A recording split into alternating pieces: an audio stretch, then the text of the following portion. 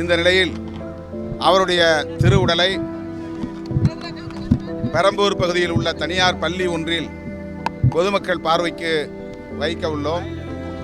தமிழக அரசு அதற்கான அனுமதியை வழங்கியிருக்கிறது. அதேபோல அவருடைய கட்சி அலுவலக வளாகத்திற்குள்ளே அவருடைய உடலை நல்லடக்கம் செய்வதற்கும் அனுமதி அளிக்க வேண்டும் என்று பகுஜன் சமாஜ் கட்சி கோரிக்கை வைத்துள்ளது. அந்த கோரிக்கையை விடுதலை சிறுத்தைகளும் வலியுறுத்துகிறது. ஆகவே தமிழக அரசு அதை பரிசீலிக்க வேண்டும்.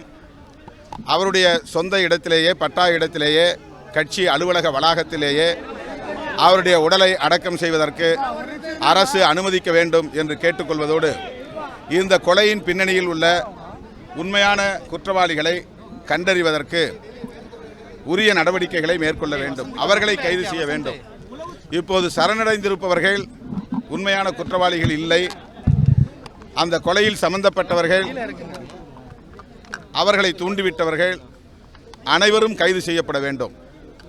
ஆகவே சரணடைந்தவர்களை கைது செய்துவிட்டோம் என்ற அளவில் புலன் விசாரணையை நிறுத்திக் கொள்ளக்கூடாது. பின்னணியில் இருந்தவர்கள், உண்மையில் குற்றவாளிகள் யாரோ அவர்களை கைது செய்ய வேண்டும் என்று பகுஜன் சமாஜ் கட்சி, விடுதலை சிறுத்தைகள் கட்சி மற்றும் இங்கே திரண்டிருக்கிற அமைப்புகளின் சார்பாக தமிழக அரசுக்கு கோரிக்கை வைக்கிறோம்.